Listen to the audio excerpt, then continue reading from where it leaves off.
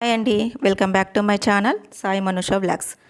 ఈరోజు వీడియోలో meal maker టమాటా curry చాలా సింపుల్గా ఎలా తయారు చేయాలో నేను చూపించబోతున్నాను.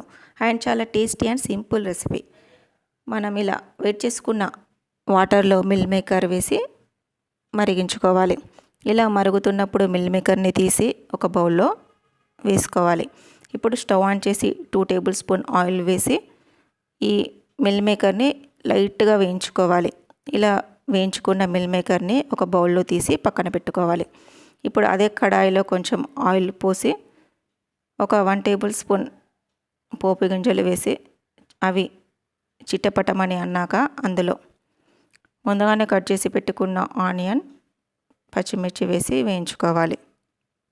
మీకు ఏ కాంబినేషన్లో మిల్ మేకర్ నచ్చుతుందో నాకు కామెంట్ సెక్షన్లో కామెంట్ చేయండి. ఇలాంటి మంచి మంచి రెసిపీల కోసం నా ఛానల్ని సబ్స్క్రైబ్ చేసుకోండి.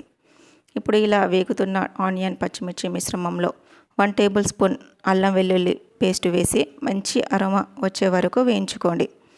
ఇప్పుడు ఇందులో 1/2 టేబుల్ స్పూన్ పసుపు వేసి మరోసారి వేయించుకోండి.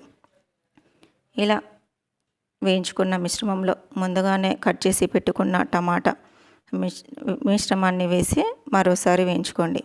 రుచికి తగినంత ఉప్పు, 1 టేబుల్ స్పూన్ కారం వేసి మరోసారి మంచిగా కలబెట్టుకోండి.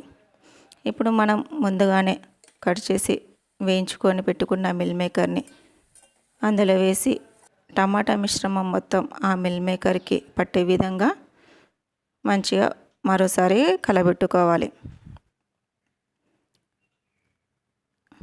ఇప్పుడు కొంచెం అందులో కొత్తిమీర వేసి మరోసారి కలబెట్టి మీకు గ్రేవీ కన్సిస్టెన్స్ రావాలంటే అందులో ఒక చిన్న గ్లాస్ వాటర్ పోసి మరిగించుకోవాలి. ఇలా మరుగుతున్నప్పుడు అందులో కసూరి మేతి, కొంచెం 1/2 టేబుల్ స్పూన్ మసాలా వేసి మంచిగా కలబెట్టుకోవాలి.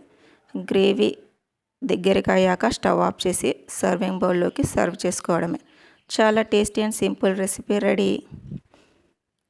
ఇలాంటి మంచి మంచి వీడియోల కోసం నా ఛానల్ని సబ్స్క్రైబ్ చేయండి, లైక్ చేయండి, మీ ఫ్రెండ్స్కి షేర్ చేయండి.